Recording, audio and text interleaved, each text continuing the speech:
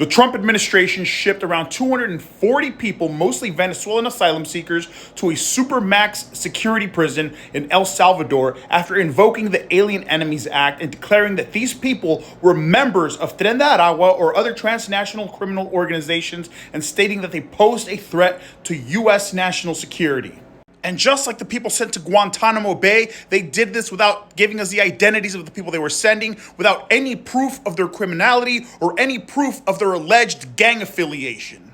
And they did this without any assurances that there were going to be no innocent people being sent there, without any assurances that the people being sent there actually were members of Tren De Aragua. My concern and the concern of immigrants' rights groups is that people with no criminal record were going to be shipped here. And guess what? They finally admitted it. The Trump administration says that many Venezuelans deported to El Salvador's prison had no criminal record. But what's fucking wild about this is what they said after this. A lack of specific information about each individual actually highlights the risk they pose. It demonstrates that they are terrorists with regard to whom we lack a complete profile. The fact that these people have no criminal record proves that they're terrorists? Two people suspected of being held at that supermax prison as a result of the invocation of the Alien Enemies Act were shown by ABC News to have no criminal records, either in the U.S. or in their home countries, per documents that were presented by their own family members. One of these men being Jose Franco Caraballo Tiapa, a 26-year-old migrant from Venezuela, and the other being Francisco Garcia Cacique. Both men having been picked up when they were going to attend their routine check-ins with ICE, possibly targeted because they had tattoos. Tattoos in and of themselves are not proof of gang affiliation.